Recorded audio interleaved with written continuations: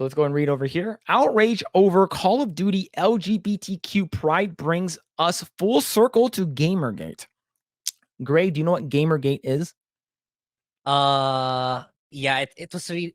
I don't know the gist of it, but I know it was a really, really long discussion a couple of years back. So yeah, you can summarize for me for sure. Yep. All right. So to make sure we get everything correct, let's go ahead and actually bring up the Wikipedia definition of or Yeah, what yeah. it is in the Wikipedia. Gamergate was a loosely organized misogynistic online harassment campaign and a right-wing backlash against feminism, diversity, and progressivism in video game culture. It was conducted using the hashtag Gamergate primarily in 2014 and 2015. Beginning in August 2014, Gamergate targeted women in the video game industry, most notably feminist media critic Anita Sarkeesian. I heard that name before. And the video game developers Zoe Quinn and Brianna Wu, among others. The harassment campaign included doxing, rape threats, and death threats. Gamergate's proponents stated that they were a social movement but lacked well-defined goals, a coherent message, and leaders, making Gamergate difficult to define. Gamergaters claimed to promote ethics in video games journalism, and claimed to be protecting the gamer identity and opposed to what they asserted as political correctness in video games. So that's in short. So basically, they're saying that anyone that's saying leave kids alone in the Twitter posts for Call of Duty, saying leave kids alone, blah blah blah blah. Call of groomers. They're saying that anyone who posts that is a part of Gamergate. So how do you feel about that before I actually continue reading this article? Yeah, it's like again, I'm trying to blow it out of proportion. I'm trying to muddy the waters. I mean, even I see comments that the description in Wikipedia is not accurate. I think Danny commented that, but even then, it's like That's they're their so that's their sort of summary. So we're going according to what they think we are. yeah, yeah. It's like you're associating a comment that's literally saying to leave children alone from these issues to something that's really politically driven back then. It's like, yeah, you're just trying to make it seem make the legitimate remarks less credible, which is kind of disgusting. It's like oh, these guys are terrorists, these guys are it's kind of like that, even though all we want is like you leave the children alone from these issues. They're not ready to take on these issues because they're still young, they're developing their minds, they're still learning about the world. And yeah, pretty disgusting article from Yep. Rolling Stone. Yeah. Yeah, and one big thing is it's sort of like whenever you were to talk to them, it's like, "Oh, I don't like this." And then they ask you why. And it's like, and you give them a bunch of reasons and they don't know how to rebut. They don't know how to um, you know, um converse with you. So they just say, "Oh, you're racist," and then they just walk away. "Oh, you're a Trump supporter," and they walk away. Like that's usually their go-to. "Oh, you're a fascist," and you just walk away. Instead of having a dialogue, having a conversation, and actually talking to one another, they just immediately say, "Oh, you're a gamer gay, you're a fascist," then they just walk away because they don't fucking care, right? So I'm just going to read this article. Okay, almost a decade ago, a video game culture helped give rise to the quote anti-woke movement that continues to plague us today. Another day, another multi-billion-dollar corporate giant in the crosshairs of anti-woke right. This time, it's Activision Blizzard, the fifth largest video game firm in the world, that aggravated reactionaries are threatening to boycott. As with so many of these stories, the inciting controversy, it's ridiculously minor.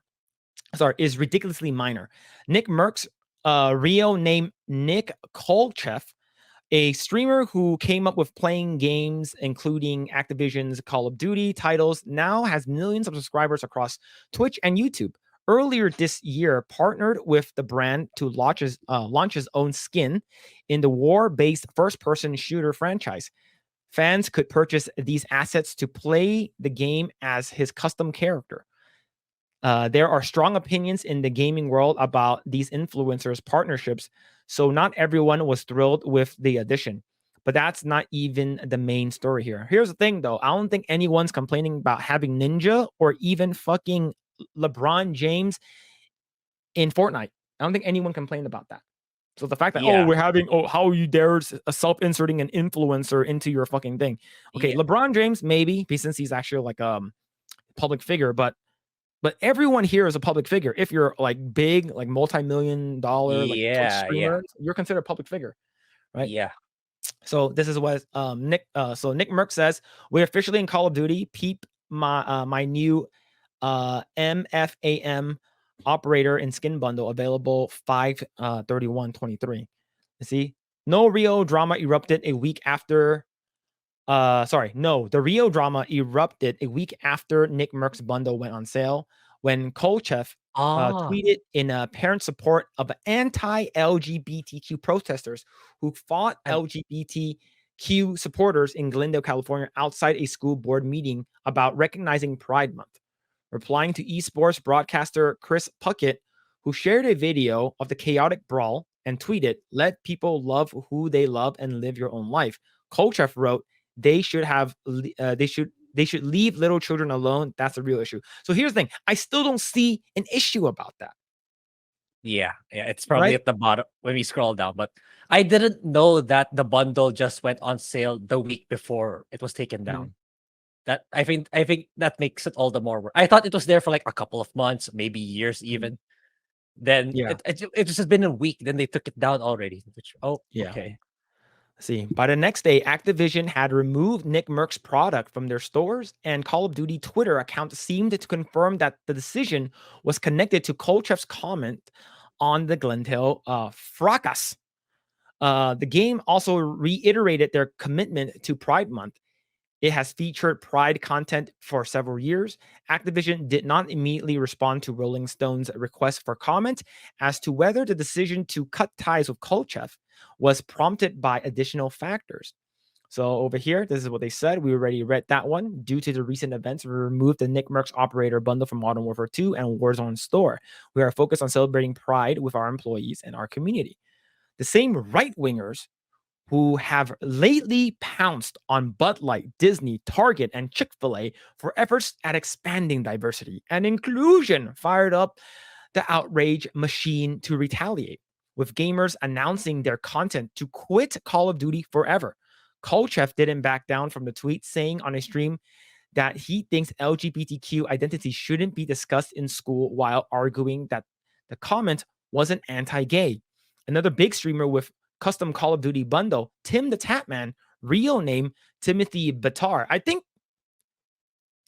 sort of doxing their full name is sort of a Yeah, shitty fucking move. yeah, yeah, I noticed that too. It's like, that's the second time you spelled this real name.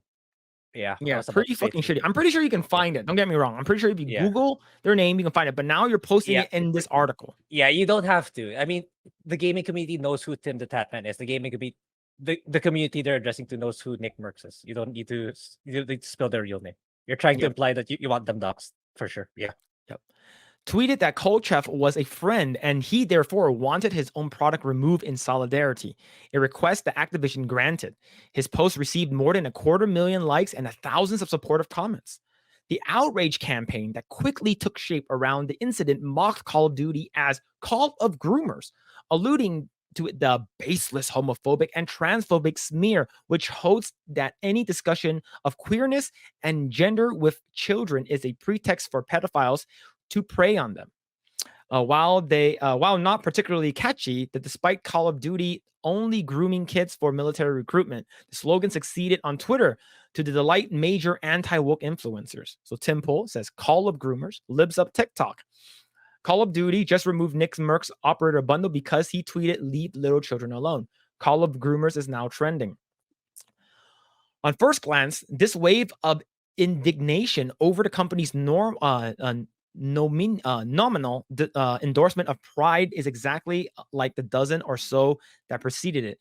If there's an obvious difference, it's that violent video game glorifying war has stretched the reactionaries' already strained definitions of wokeness to their absolutely breaking point. That's fucking stupid. You're blaming that. Oh, you're actually grooming them for war. No, stupid people just want to play video games. Shut the fuck up. Mhm. But this freaking out at that a popular shoot 'em up entertainment has somehow been breached by liberal attitudes of acceptance is also a revealing throwback to the troll movement that opened up the floodgates to such crusades almost a decade ago. Gamergate. In 2014 2015, male gamers waged relentless misogynistic harassment of women in the industry using the excuse of a trumped up media scandal to vent their fury at what they saw as progressive and feminist values in games. Targets were doxxed and threatened with rape and violence as these men lamented the supposed collapse of purely masculine climate. In those days, the woke crowd was maligned as an army of social justice warriors. So over here, just from the quartering, new video. Call of Duty has removed Nickmercs products from their store because he dared to say, keep gender ideology away from little kids. Literally, the boycott has begun with Dr. Disrespect uninstalling the game. Right. So it's, oh man, this article is literally doing, someone said in the chat, doing damage control.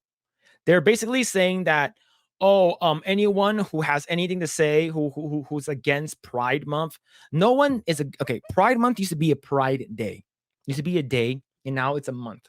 Okay, and I have no issues with that. It's fine. You can do whatever you want. But the fact Mhm. that what we are trying to say is you can do all of that, but if you're in West Hollywood and there's a parade going down the route of like Sepulveda or fucking Olympic or some shit like that, one of the biggest streets, like busiest streets in West Hollywood, and you're showing two guys in assless chaps, basically almost naked, have their junk covered, and they're dry humping each other and saying that this is kid friendly. It's not. Okay, it's not kid friendly. You showing adults doing adults acts, spanking, whipping, a ball gag in their mouth, absolutely not. Look, you can have those parades and stuff like that. Just make it adults. But what happens if I'm driving down the street, I have my kid in the car, and then they say, "Daddy, what is that?" You know what I'm gonna do? I'm just gonna say, "Don't look," and I'll probably lie. I just say, "Those are gay people. They're gay people." And then, of course, if you answer that, "Daddy, what's gay?" Oh, what's lesbian? And of course, the dictionary changed the definition of lesbian recently. It says a non-male having a relationship with a non-male. Do you know what non-male means? Non-male means that it could be anything. It could be a goat. Two goats having sex is considered lesbian. The thing is that changing definitions, changing things, making it fucking confusing for little kids, that is also considered grooming. I don't know. I'm gonna stop right there. What do you think about this? Yeah, it's like yeah, I opened the article on my end too. It's like I'm looking for the part where the article addressed why what Nickmercs said was wrong, but he doesn't not even a single sentence why what he said was wrong. It's like I want to see why it's so bad. Because the article is implying that his ban was okay, but what did he say? What I'm trying to look for the article explaining why what he said was wrong, but he couldn't. It's like he's just automatically associating these eh, our concerns as Gamergate. Like he's justifying why we're part of Gamergate, but doesn't really explain why what Nick Perks said was wrong to begin with. Thanks for checking out this segment of the Project Eggroll podcast. If you like what we do here, please like, share, subscribe, hit the notification bell, and you will know next time when we go live. We do go live every Saturday at 8 p.m. Once again, we are just getting started. Tons of more video to come. Thanks, and we'll see you guys next time.